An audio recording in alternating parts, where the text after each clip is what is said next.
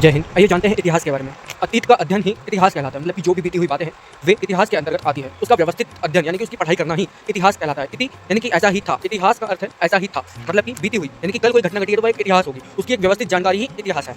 इतिहास के जनक हेरोडोटस है और इतिहास को 3 खंडों में बांटा जा सकता है, जैसे कि प्रागैतिहासिक काल, आदि ऐतिहासिक काल, ऐतिहासिक काल।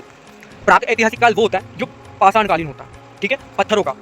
उस समय पत्थरों का उपयोग किया जाता था मैक्सिमम। अपने जो जीवन यापन है वो उस काल के लिए पहचाना जाता था। मतलब शिकार करना है तो आदि मानव पत्थर का उपयोग करता था और अपने संरक्षण के लिए अपने घरों को बनाने के लिए पत्थरों का उपयोग किया और भी गुफाओं में रहता था। इस तरीके से वो जीवन यापन करता था। उसे प्रागैतिहासिक काल कहा जाता है कि इस दौरान का मानव सभ्य नहीं था।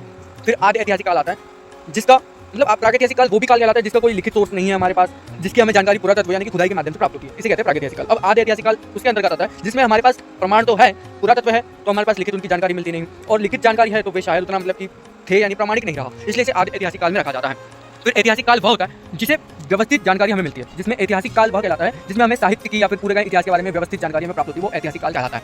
जैसे यहाँ पर प्रागैतिहासिक काल को बांटा गया पूरा पाषाण काल, मध्य पाषाण काल, नव पाषाण काल, ताम्र पाषाण काल।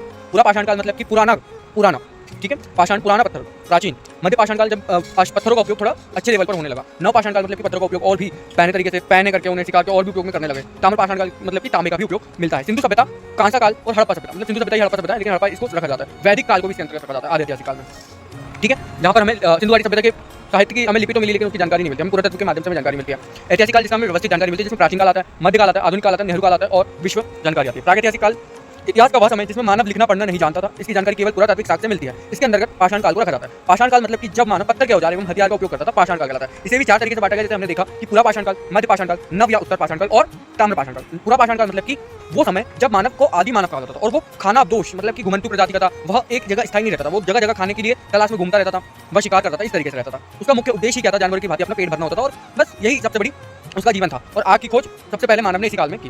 मध्य पाषाण काल या पूरा पाषाण काल के बाद आता है। इस समय मानव के हथियार छोटे आकार के थे। इस समय के मानव की सबसे प्रमुख कार्य अंत्येष्टि यानी कि अंतिम संस्कार का कार्यक्रम इस दौरान आ जाता है। नव या उत्तर पाषाण काल, इस काल में मानव ने स्थायी निवास या आवास बना लिया, साथ ही मानव कृषि और पशुपालन भी प्रारंभ कर दिया था। मानव ने इस काल में पहिया और मन की खोज की। मतलब कि ये जो वो काल है जहाँ पर मानव व्यवस्थित रूप से स्थायी रूप से रहने लगा, कृषि करने लगा, पशुपालन करने लगा, जो दुग्ध उत्पादन करने वाले पशु थे उनको पालने लगा, जो रक्षा करने के लिए कुत्ते को पालतू पशु बनाया सबसे पहले, तो इस तरीके का काम होने लगा, एक जगह स्थायी रहकर मानव करने लगा। ताम्र पाषाण काल वह आता है, यह पाषाण काल का आखिरी युग था, ठीक है, पत्थरों का आखिरी युग था, क्योंकि इस समय तांबे की खोज हो गई थी और औद्योगिकरण शुरू हो गया, क्योंकि तांबा एक धातु होती है जिसका प्रयोग बहुत सी चीजों में करते हैं, ठीक है। तो आदि ऐतिहासिक काल वो होता है। आदि ऐतिहासिक काल के दौरान की मानव द्वारा लिपि को नहीं पढ़ा गया, ठीक है, ऐसा काल, लेकिन साक्ष्य मिलते हैं लिखित जानकारी, क्योंकि सिंधु घाटी की सभ्यता एक ऐसी सभ्यता थी जो नगरीय सभ्यता थी और वहाँ के लोग पढ़े लिखे हुए थे और वो साक्ष्य थे, ट्रिग्नोमेट्री जानते थे, खगोल शास्त्र जानते थे, घर बनाना जानते थे, कैसे व्यवस्थित रूप से रहते थे वो, ठीक है। तो वहाँ पे लिखते भी थे पर वो लिखित पढ़ी नहीं जा सकी उस सभ्यता की जानकारी, इसलिए इसे आदि ऐतिहासिक काल में रखा जाता है। सिंधु सभ्यता सिंधु नदी के तट पर मिली, इसलिए इसे सिंधु सभ्यता कहते हैं। सिंधु नदी जो सिंधु बढ़ती है, पाकिस्तान का पूरा एरिया लेती है, तो वो सिंधु क्षेत्र पर ये बन गई। इस जानकारी के लिए पहली खुदाई हड़प्पा से हुई। जब हड़प्पा की खोज हुई 1921 में, जब खुदाई की प्राप्त हुई जानकारी, ठीक है, और 1922 में मोहनजोदड़ो नाम का एक स्थल था, उसकी खोज हुई थी, अतः इसे हड़प्पा सभ्यता भी कहते हैं। सिंधु सभ्यता की जानकारी चार्ल्स मैसन ने दिया था। सिंधु सभ्यता का सर्वेक्षण जेम्स कनिंघम ने किया था। कनिंघम का ब्रह्म भी था एक पहले। और सिंधु सभ्यता 13 लाख वर्ग किलोमीटर में फैली, मतलब लगभग 13 लाख वर्ग किलोमीटर में फैली है, ठीक है। सिंधु सभ्यता का नामकरण जॉन मॉर्सल ने किया था। सिंधु सभ्यता की पहली खुदाई दयाराम साहनी ने की थी 1921 में हड़प्पा सभ्यता की। सिंधु सभ्यता का आकार त्रिभुजाकार है। सिंधु सभ्यता विश्व की सबसे पहली नगरीय सभ्यता, शहरी सभ्यता थी। इसका विकास लगभग 2500 से 1750 ईसा पूर्व तक हमें दिखाई देता है। 2600 से 1700 तक भी इसे माना जाता है, 2600 से 1900, ठीक है। एंड आते हैं हम आगे, ये जो दिखाए हैं एरिया से उत्तर की ओर सबसे हड़प्पा सभ्यता का उत्तरी एक जो स्थल है वो मांडा है, जिसमें जो चिनाब नदी के किनारे, पूर्व में सबसे ज्यादा है आलमगीरपुर हिंडन नदी के किनारे, दक्षिण में दायमामाद और पश्चिम में सुतकांगड़ो दाश्त नदी के किनारे पर। तो देखो कोई भी सभ्यता होती है उसके लिए नदी बहुत इंपॉर्टेंट रखती है कि नदी, क्योंकि नदी के से ही एक मानव का जीवन उस समय था कि पानी मिलता तो वो खेती कर सकते थे, अपना और जीवन यापन कर सकते थे, व्यापार कर सकते थे अपनी नाव से। तो नदी का बहुत इंपॉर्टेंट रोल रहता है, इसलिए नदियों के किनारे सभ्यताएं फैली। जैसे हमारे देश में भी देखें तो गंगा नदी के किनारे हमारे बहुत से बसे हैं, वाराणसी, काशी, हमारे यहाँ दिल्ली, और यमुना नदी के किनारे मध्य प्रदेश में नर्मदा नदी, बहुत सारे ऐसे क्षेत्र हैं। तो सभी जो मैक्सिमम होता है नदियों के किनारे बसते हैं। इसकी पश्चिमी सीमा पाकिस्तान के सुतकांगड़ोर में थी, जो दास नदी के तट पर। आइए जानते हैं आगे इसकी उत्तरी सीमा मांडा चिनाब नदी के तट पर। ये सब हमने देख लिया। सिंधु सभ्यता के प्रमुख स्थल हम देखें तो हड़प्पा इसकी खुदाई कब हुई थी? दयाराम साहनी ने की थी। रावी नदी के तट पर है, पाकिस्तान में माउंट गोमरी जिले में है। और यहाँ से निम्नलिखित वस्तुएं मिलती है। कोल कोसी कुम्हार का चाक मिलता है, अन्नागार मिलता है। अन्नागार वो था जो सबसे बड़ा, जहाँ पर अन्न भंडार बना रखा जाता था, अन्न को रखा। श्रमिक आवास मिलता है, मतलब कि श्रम के जो लोगों के रहने के लिए, काम करने वाले लोग उनके लिए रहने की जगह मिलती है। माता देवी की मूर्ति के पूजा के साक्ष्य हमें यहाँ से मिलते हैं, या माता देवी की मूर्ति मिलती है। लकड़ी की ओखली मिलती है, ओखली जिसमें कूटा जाता है धान और भी काम किया जाता था। लकड़ का ताबूत भी मिलता है जहाँ पर दफनाया जाता है। और कब्रिस्तान मिले, हाथी का कपाल मिला, स्वास्तिक चिन्ह भी हमें यहाँ से मिलता है, जिससे हमें धार्मिक अनुष्ठानों की जानकारी प्राप्त होती है। यहाँ की वहाँ पर धर्मों की पूजा होती थी, वहाँ पर इस तरीके से। मोहनजोदड़ो की खुदाई हुई है 1922 में हुई है वैसे तो, राखलदास बनर्जी के दौरान, ठीक है। यह पाकिस्तान के लड़काना जिले में स्थित है। यह सिंधु नदी के तट पर है। सिंधु सभ्यता का सबसे बड़ा शहर है। यहाँ मृतकों का टीला हुआ, इसलिए इसे मोहनजोदड़ो का कहते हैं, मृतकों का टीला। मतलब यहाँ पर एक बहुत बड़ा टीला है मृतकों का। यहाँ पर मृतकों की जानकारी हमें प्राप्त होती है, क्योंकि माना जाता है कि वहाँ पर बहुत सारे इंसानों के हमें साक्ष्य मिलते हैं, इसलिए पुरातत्व में जानकारी मिली।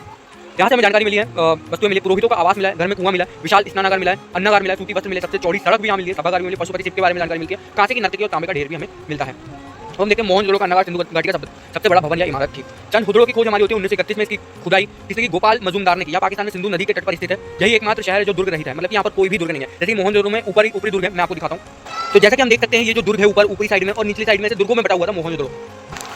तो आइए आगे जानते हैं। जो चंदहुदड़ो था यह एक औद्योगिक शहर था। यहाँ पर इसे बहुत सारी मेकअप की हमें सामग्री मिलती है, मेकअप का भी उपयोग होता था वहाँ पे मेकअप की, जैसे कि हमें लिपस्टिक की जानकारी हमें चंदहुदड़ो से मिलती है, शीशा मिलता है, मनका की जानकारी मिलती है, गुड़िया मिली है, यहाँ से सुई मिली है, अलंकृत ईंट मिली, मतलब कि सजी हुई ईंटें मिली है, बिल्ली का पीछा करता हुआ कुत्ते की जानकारी मिलती है, क्योंकि पंजे मिले होंगे वहाँ पर। रोपड़ भी एक हड़प्पा का स्थल रहा है। इसकी खुदाई जगदत्त शर्मा ने 1953 में की थी। यह पंजाब के सतलज नदी के किनारे। यहाँ मानव के साथ साथ उनके पालतू जानवरों का भी शव मिलता है। ऐसा ही सब नवपाषाण काल में जम्मू कश्मीर के बुरजहोम में मिला। अब बनावली के बारे में जाने तो ये भी एक हड़प्पा स्थल है। इसकी खुदाई रविंद्र सिंह ने की थी। यह हरियाणा में स्थित है। इसकी समीप इसके जो पास में नदी बहती है रंगोई, यहाँ जल निकासी की व्यवस्था नहीं थी, जिस कारण घरों में सोखता मिला है, मतलब सोखता गड्ढा। यहाँ पर पानी नहीं, जैसे कि सिंधु घाटी सभ्यता में मैं अभी आपको दिखाता हूँ। जैसा कि यहाँ पर देखा जा सकता है कि जो सिंधु घाटी सभ्यता की जो सड़कें हैं या फिर नालियाँ हैं, ये समकोण प्रकार की थी। यहाँ पर बड़ी नाली, यहाँ पर नालियों को नालियों से जोड़ा जाता था, जो छोटी नालियों को बड़ी नाली से जोड़ा जाता था। लेकिन जो एरिया बाकी मिला है वहाँ पर नाली की व्यवस्था नहीं थी, इसलिए सोखता गड्ढा बनाया। सोखता गड्ढा मुख्यतः वह होता है जहाँ पर एक गड्ढा होता है, पानी जो भी होता है वहाँ पर जाकर रुक जाता है। सोखता गड्ढा बनाने का भी तरीका होता है, जिसमें नीचे सबसे पहले बनाया जाता है। मैं दिखाता हूँ आपको। कुछ इस तरह का होता है सोखता गड्ढा। यहाँ पर इसको बनाया जाता है और इसमें ताकि जो भी पानी है वो यहाँ पर आकर एक आकर रहे,